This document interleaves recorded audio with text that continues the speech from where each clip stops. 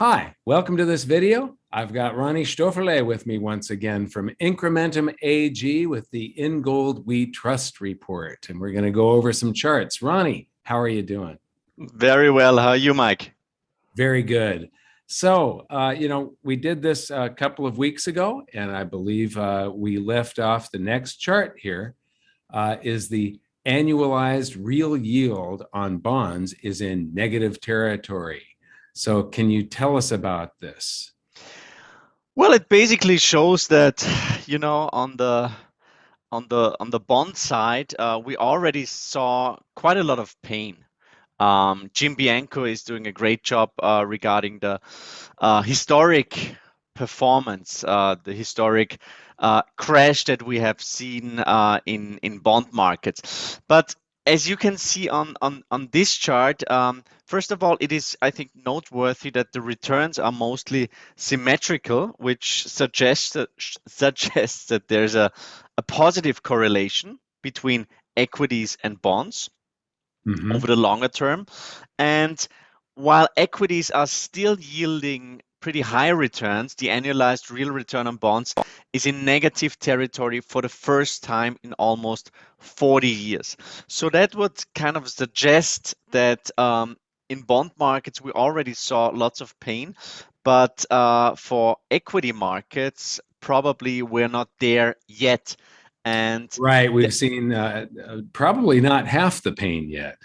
It depends on whether or not we're in a recession and we're going into a recession. But uh, well, Well, Mike, I think Janet Yellen, who is one of the most reliable contrary indicators, she she keeps saying that, a recession is not on the horizon and stagflation is not a topic at all. But now we can see, I think, since we talked the last time, I think quite a lot has changed, and now the big banks are coming out saying, well, a recession is now our base case. So we had, I think, Nomura and now Jeffries, basically telling us, well, prepare for a recession. We might already be in a recession. And and as you can see on this chart, Mike, I think the both of us, we really like long-term charts, and this one is since the year 1881. So in the past 140 years, stock returns have slipped into negative territory only 4 times. And the triggers were obviously the two world wars, but also the stagflation in the 70s and the great financial crisis. And each time before the long-term return collapsed, the stock market had previously been in a phase of euphoria. And this mhm. euphoria can be seen that or is characterized by annualized returns of well over 10% in some cases. So I think this clearly tells us, well, be aware of buying the dip, buying the rallies, the bear market rallies.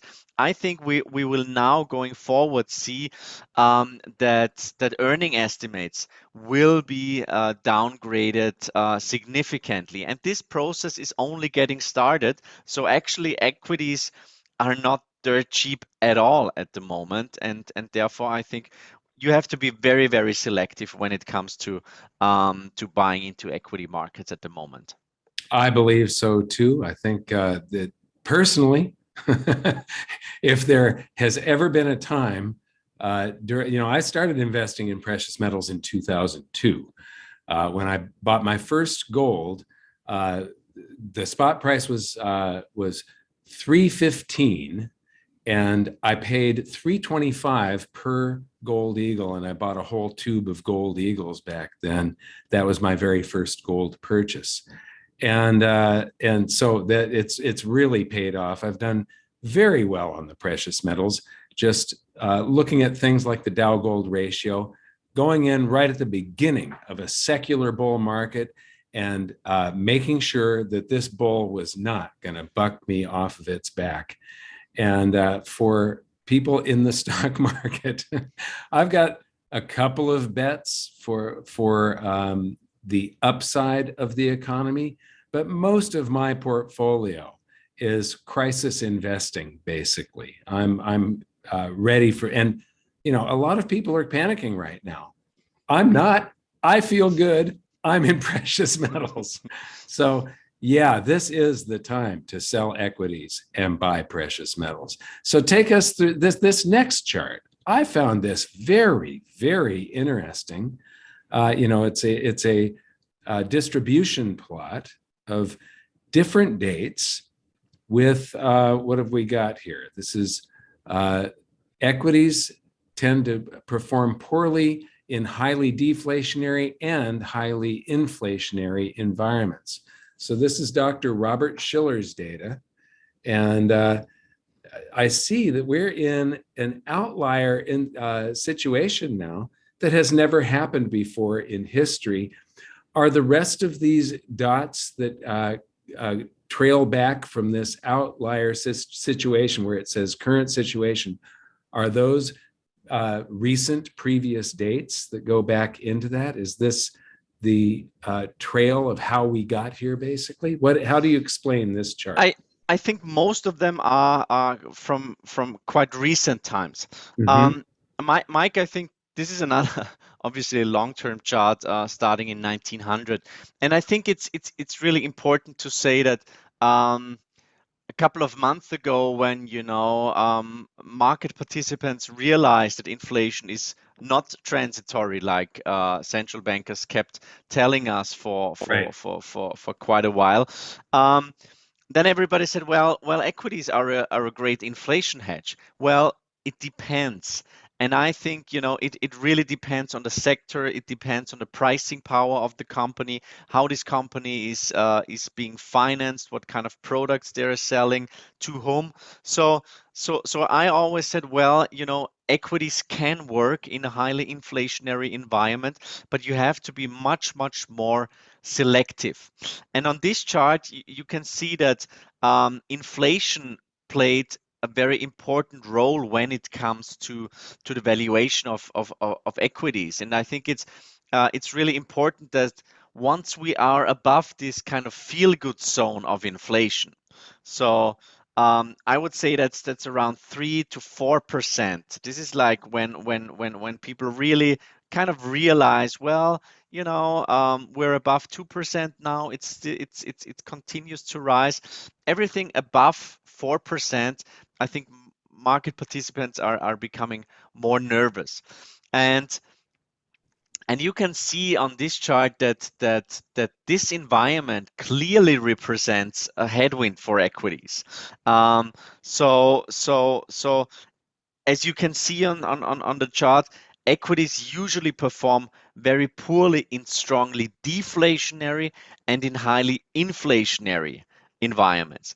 And this also suggests, as I've said before, that equities, with a Schiller PE at roughly, I think it's 32, 33 at the moment, they're not cheap at all. And as I've said before, once we see that analysts start downgrading earnings estimates, then we'll see, well, actually, this market is still pretty expensive. Now, Mike, what I think is really interesting is the fact that I think BCAA had this chart that year to date in US equity and US bond markets, 15.5 trillion were basically wiped out due to the losses in equity and bond markets. So Uh-huh. this is actually this inverse wealth effect that I think Bill Dudley referred to. And he said, due to this inverse wealth effect, Americans will feel less rich. They will adjust their spending behavior, and through this reverse wealth effect, they will engineer a soft landing. Well, I don't know. I'm not so sure about that. It's a very creative plan, but I think it's not going to work out like that. Well, I think Alan Greenspan was the first one that was trying to sell us on this soft landing stuff. And since then, it has just become the punchline in a joke. I Yeah. mean, this doesn't work out. We've never come in for a soft landing. They say this, and then bam, we're in some pretty deep doo-doo. Uh, one thing I want to point out to people here, this is PE ratios on the side. So it's the valuation, how expensive the company is. It's the earnings of the company divided by the number of shares. So that's the earnings per share of the company that you're paying.